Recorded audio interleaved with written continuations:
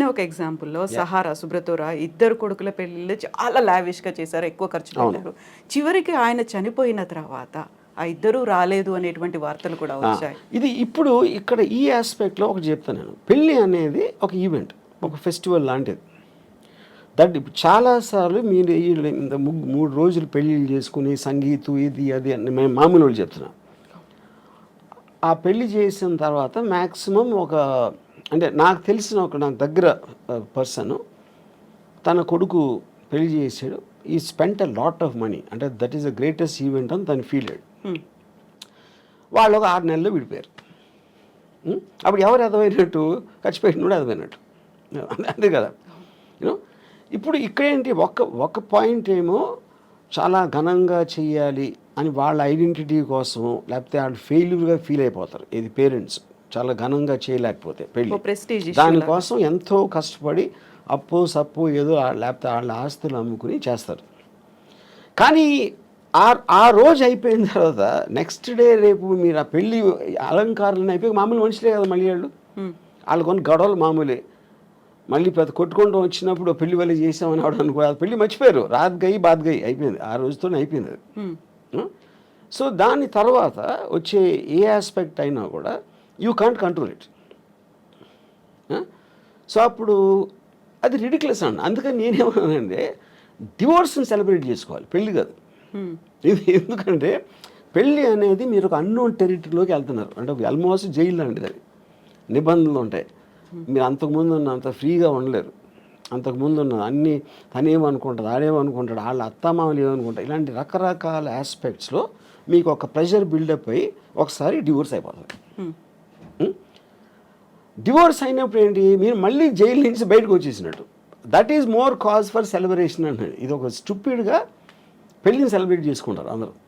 పెళ్ళి అనేది చాలా అంటే అవునా కాదా, పాము కాటేస్తుందా ఇదా అని అంత టెన్షన్తో వెళ్ళాలి, కానీ దాన్ని సెలబ్రేట్ చేసే అంత ఎస్పెక్ట్ లేదు.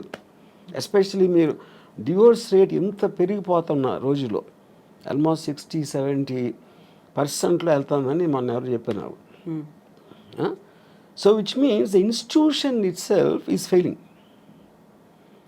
అలాంటి సందర్భంలో మీరు అదొక పెద్ద మీ జీవితంలో జరిగిన ఘనకార్యం లాగా ఫీల్ అయిపోయి పెళ్లి చేసుకుంటాం అనేది నా దృష్టిలో చాలా స్టూపిడ్. అది ఇలా ఎంత ఇదిగా ఈ మధ్య కాలంలో అలాంటి ట్రెండ్ కూడా కనిపిస్తుంది. హ్యాపీలీ మ్యారీడ్ అనే బదులు హ్యాపీలీ డైవోర్స్ అంతే. అంతే ఈ మధ్య కాలం ఎప్పుడు అంతే. ఇప్పుడు నేను నా డివోర్స్ అయ్యి ఆల్మోస్ట్ 25 years పైన. కాకుండా మీకు సంబంధించి కూడా ఒక క్వశ్చన్ వచ్చింది కదా, మీరు హ్యాపీగా మ్యారేజ్ చేసుకున్నారు, 25 yearsకి పెళ్లి చేసుకున్నారు, ఆ టైంలో అనుభవించాల్సింది, ఒక ఫ్యామిలీని రన్ చేయాల్సింది అంతా చేసిన తర్వాత ఇప్పుడు డైవోర్స్ తీసుకొని ఇప్పుడు మాట్లాడడం హ్యాపీగా రన్ చేసిన ఎవరు సపోజ్ చేస్తున్నారు? See, when you're taking a decision, you don't know the result. నేను సినిమా తీసినప్పుడు అది ఫ్లాప్ అవుతుందని నాకు తెలియదు కదా. సినిమా తీసినప్పుడు బాగుంటుందా అనుకునే తీస్తా, అది ఫ్లాప్ ఎప్పుడు అవుతుంది? రిలీజ్ అయ్యాక.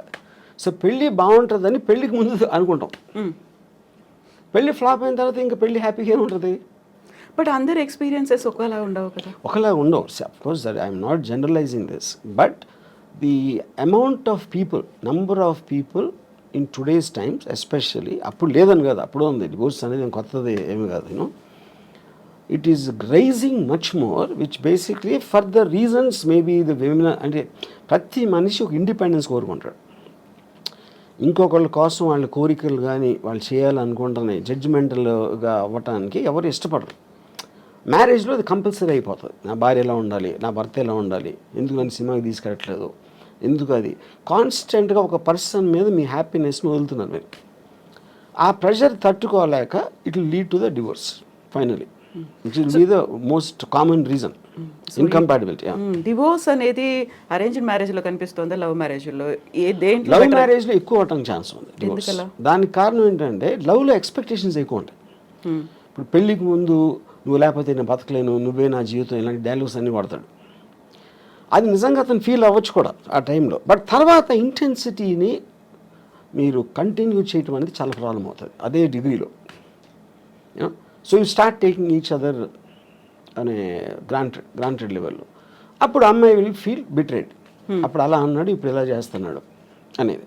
Similar it can be the reverse. Whatever అమ్మాయి అప్పుడేముంది ఏంటి, whatever it is. You know no that is a separate topic no. So into ఆ టర్మ్స్లో మ్యారేజ్ అనేది బ్రేక్ అవ్వటానికి ఎక్కువ ఛాన్సెస్ ఉందని మనకు అర్థమైనప్పుడు more than majority of the కేసెస్లో అప్పుడు పెళ్ళి అనే ఇన్స్టిట్యూషన్ ఇంత పెద్ద సీన్ చేయటం అనేది నాకు యూనో నా ఆనెస్ట్ ఫీలింగ్ ఏంటంటే ఇప్పుడు అంటే Ambani is an exceptionary rich person and దాన్ని మనం we cannot do it as a benchmark for otherwise marriages. నా పర్సనల్ ఫీలింగ్లో పెళ్ళికైన ఖర్చు మొత్తం కూడా వీళ్ళకి ఇచ్చేయాలి. ఎవరైతే పెళ్లి చేసుకుంటున్నారో whatever they can raise, వాళ్ళు దాంతో వ్యాపారం చేసుకుంటారా, అనుభవిస్తారా, హాలిడేకి వెళ్తారా, అది వాళ్ళు ఖర్చు పెట్టాలి. కానీ అడ్డదడ్డంగా లేనిపోవడం అందరు పెట్టి వాళ్ళకి భోజనాలు పెట్టేసి అది చేసి డెకరేషన్లు చేసి వేరే వాళ్ళ మీద వేస్ట్ చేయటం అనేది I feel it's a mistake. ఇప్పుడు అంబానీలు అనంత్ అంబానీ పెళ్ళైన తర్వాత బోల్డ్ అంతమంది ఫారెన్ సెలబ్రిటీస్ సింగర్స్ వాళ్ళందరికి వచ్చారు. అక్కడ ఒక కండిషన్ పెట్టారు, మన ఇండియన్ అటైర్ ఇండియన్ ట్రెడిషనల్ డ్రెస్లో కనిపించాలని. సో దట్ వీళ్ళు అంబానీ ఫ్యామిలీ అంతా మన ట్రెడిషన్ని మన కల్చర్ని విశ్వవ్యాప్తం చేస్తున్నారు, అందరికీ మన విలువను గొప్పదనాన్ని చెప్తున్నారు అనేటువంటి ఒక కాన్సెప్ట్ కూడా కనిపించింది అక్కడ. అలా వాదించే వాళ్ళకి అంటే ఇప్పుడు అది మీకున్న పవర్ మీరు ఎగ్జిబిట్ చేస్తున్నారు. మా దానికి అంటే మీరు ఏ ఫెస్టివల్కి పిలిచినా ఎక్కడ పిలిచినా always they will call about attire, ఎలాంటి డ్రెస్ చేసుకుని రావాలి దాని పర్టికులర్ దానికి సూట్ అవ్వడానికి. అంటే ఇప్పుడు జస్టిన్ బీబర్ని లేకపోతే ఎవరినో ఇండియన్ అటైర్ చేస్తే అది అయిపోయిందా? అది it's a part of the payment process. మీకు ఎంత డబ్బు ఇస్తాం, మా దగ్గరకు వచ్చి ఇది చేయాలి, ఈ బట్టలు వేసుకోవాలి, ఇలాంటివి చెప్తే చేస్తారు. Which is the reason they are hide for. Like film actor, ఒక యాక్టర్ యాక్ట్ చేసిన మాత్రాన అదే అతనే క్యారెక్టర్ అవ్వడు కదా. So I think it is just ఏంటి ఏదో చెప్పుకోవటానికి అది ఉంటుంది. మీరు అలా చేసుకుని రివర్స్ చూస్తే ఇండియన్ అటైర్ అంత ఎక్కువ అంటే సెలబ్రిటీలు ఎవరు ఇండియన్ అటైర్ వేసుకుంటారు అసలు? వాళ్ళు మొత్తం యూత్ అంతా ఎవరు ఫాలో అవుతున్నారు? వెస్ట్రన్ ఫ్యాషన్ ఫాలో అవుతారు. అవును, ఇండియన్ అటైర్ వేసుకుంటారా? So that doesn't become a bench mark, that doesn't become a ఒక రోల్ మోడల్ అవ్వటానికి ఛాన్స్ లేదు. సో పెళ్ళికి ఎవరైనా గెస్ట్లు వస్తే వాళ్ళకి గిఫ్ట్లు ఇవ్వడమో లేకుంటే రిటర్న్ గిఫ్ట్స్ ఉంటాయి. ఇందులో మాత్రం పేమెంట్ మోడ్ అనేది కనిపించింది అనేది.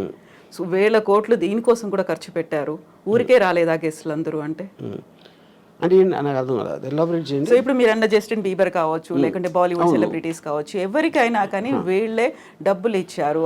అంటే that is a very usual thing. అది నాట్ అబౌట్ అంబానీస్ మ్యారేజ్. మీరు ఏ పెళ్ళిళ్ళకి, బర్త్డే పార్టీలకి లేకపోతే ఈవెంట్స్కి మీరు సెలబ్రిటీని పిలిచినప్పుడు you will have to pay money. అది బిజినెస్సే కదా.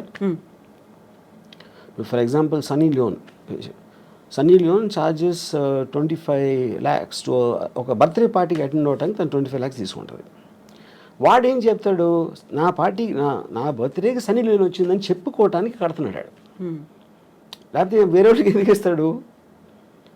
సో సెలబ్రిటీ స్టేటస్ని మీ పరపతిని పెంచుకోవడానికి మీరు బయట ప్రగల్భాలు చెప్పుకోవడానికి డబ్బులు కట్టాల్సి వస్తుంది కదా. మార్కెటింగ్ మీ దగ్గర ఉన్నాయి. ఇప్పుడు 5,000 కోట్లు చాలా ఎక్కువ డబ్బు అనిపిస్తుంది, కానీ 50 లక్షల కోట్లు ఉంటే 5,000 ఏంటి చిల్లర అది. అప్పుడు వాళ్ళు తాహతు బట్టి ఖర్చు పెడతారు. ఇప్పుడు మామూలు చాలా మందికి తాహతు ఉండకపోవచ్చు, అలా అప్పులు చేసి ఖర్చు పెడతారు. ఎందుకు ఖర్చు పెడతారు? అది లేకపోతే సమాజం సరిగ్గా చూడదేమో, మా పిల్లలేమో మా పెళ్ళి కూడా చేయలేకపోయేవా అని అంటారని ఆ ప్రెషర్ తోటి ఖర్చు పెడతారు. ఆర్జీవి గారికి ఇన్విటేషన్ వచ్చిందా? అమ్మాని దానిక రాలేదు.